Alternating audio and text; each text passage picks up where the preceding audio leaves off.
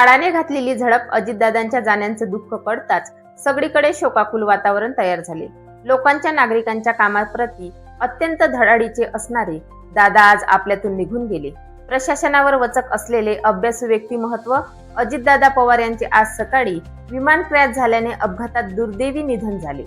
दादांची प्रशासनावर पकड काम करण्याची शैली फारच वेगळी होती. शासकीय बैठकांमध्ये अधिकाऱ्यांकडून जनतेची कामे करून घेण्याची पद्धत, राज्याच्या दृष्टिकोनातून हिताचे प्रकल्प आपल्याला जनतेसाठी कसे खेचून आणायचे याचा वस्तुपाठ घालून देणारे नेते आज आपल्यात नाही, आपल्यामधून निघून गेले. अजितदादांचे आजचे अपघाती निधन हे त्यांच्या चाहत्यांना व पक्षांच्या कार्यकर्त्यांना धक्का पोहोचणारे झाले. दादा जाण्याने भारताचे व महाराष्ट्राचे एक प्रकारे मोठे नुकसान झाले. एक प्रामाणिक नेतृत्व हरवलं.